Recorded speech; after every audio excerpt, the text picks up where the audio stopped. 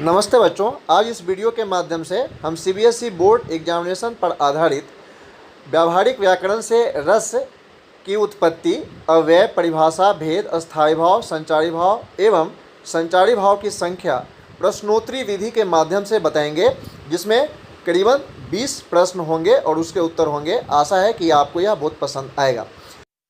पहला प्रश्न है, रस से क्या तात्पर्य है?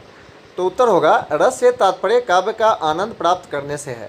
जब हम किसी कहानी, कविता, नाटक, उपन्यास, फिल्म आदि को पढ़ते, देखते या सुनते हैं, तब पाठक, श्रोता या दर्शक को जिस सुख, दुख एवं आनंद की अनुभूति होती है, वही काव्य में रस कहलाता है।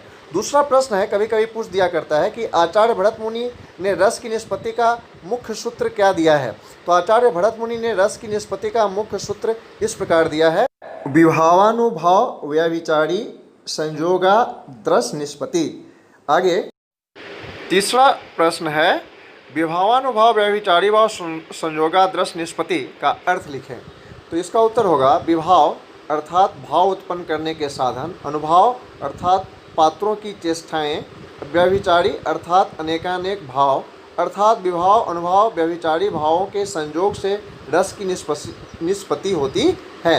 चौथा प्रश्न है, रस के अव्यय कितने हैं? या यह भी प्रश्न आता है कि रस के कितने अंग हैं, उनके नाम लिखें।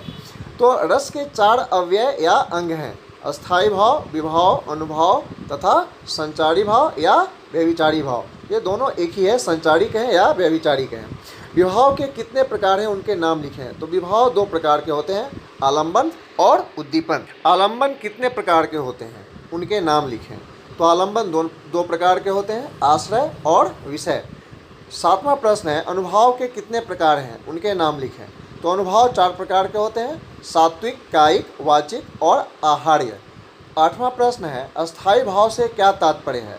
तो उत्तर होगा, प्रत्येक मनुष्य के चित्त में प्रेम, दुख, क्रोध, आश्चर्य, उत्साह आदि भाव अस्थायी रूप से विद्यमान रहते हैं, उन्हें अस्थायी भाव कहते हैं। क्वेश्चन नंबर 9 है, विभाव किसे कहते हैं?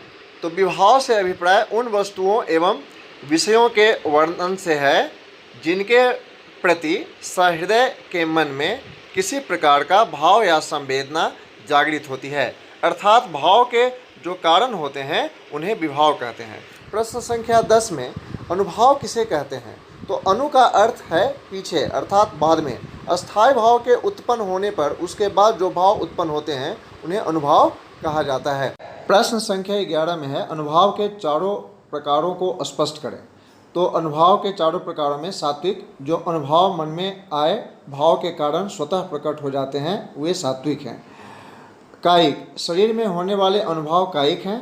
वाचिक, काव्य में नायक अथवा नायिका द्वारा भाव दशा के कारण वचन में आए परिवर्तन को वाचिक कहते हैं। आहार्य, नायक नायिका के वेशभूषा द्वारा भाव प्रदर्शन आहार्य है। आगे है, आलंबन विभाव क्या है? तो जिन व्यक्तियों या पात्रों के आलंबन या सहारे से अस्थायी भाव उत्पन्न होते हैं वे आलंबन विभाव कहलाते हैं, जैसे नायक नायिका। यदि प्रश्न उत्पन्न हो कि आलंबन के कितने प्रकार हैं, तो आलंबन के भी 2 प्रकार हैं, आश्रय आलंबन और विषय आलंबन।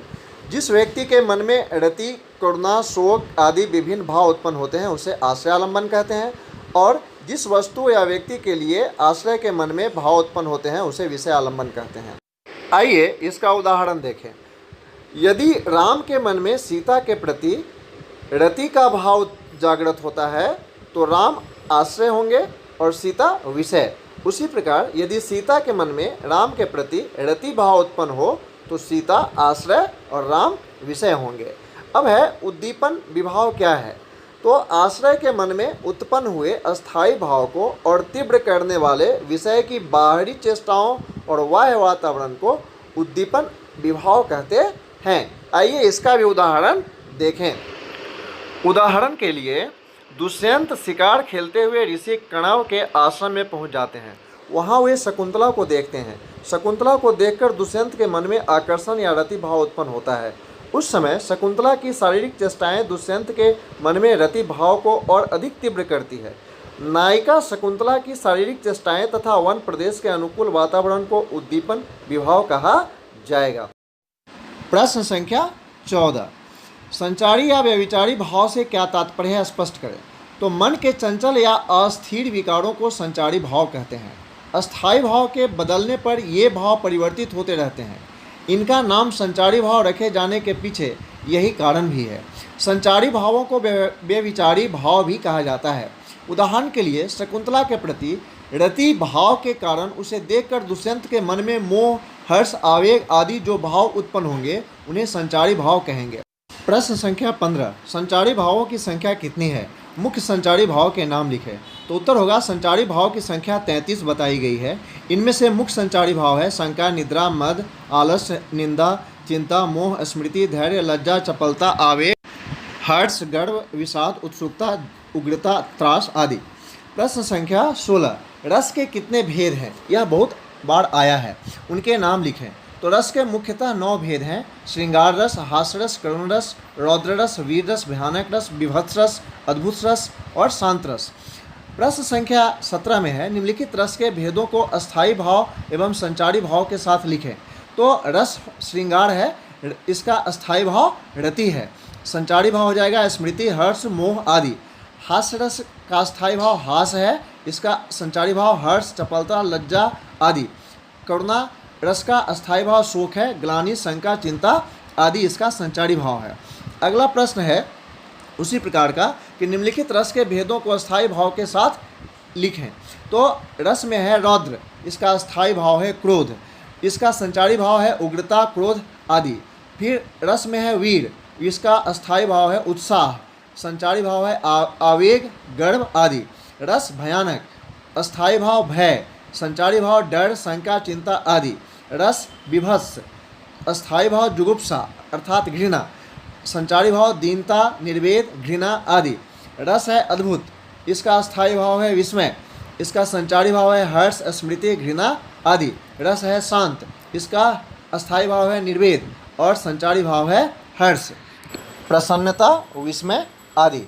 अगला प्रश्न है बाद के आचार्यों ने रस के और कितने भेद बताए हैं? तो बाद के आचार्यों ने रस के और 2 भेद वात्सल्य रस और भक्ति रस बतलाए हैं। प्रश्न है वात्सल्य रस और भक्ति रस के अस्थाई भाव एवं संचारी भाव लिखें। तो वात्सल्य रस के अस्थाई भाव वत्सल होता है, संचारी भाव वत्सलता, हर्ष आदि। भक्ति रस के अस्थाई भाव अनुराग या ईश्वर विषयक रति होता है और इसका संचारी भाव हर्ष, गर्व, निर्वेद आदि। बच्चों, हमने फर्स्ट पार्ट में 21 प्रश्नों का जवाब बताया, आप इसे अवश्य सीख लेंगे। दूसरे पार्ट में हम सभी रस के परिभाषा और एक एक उदाहरण के साथ वीडियो जारी करेंगे, वो देखना आप नहीं भूलेंगे। आज यहीं समाप्त होता है। आपका धन्यवाद।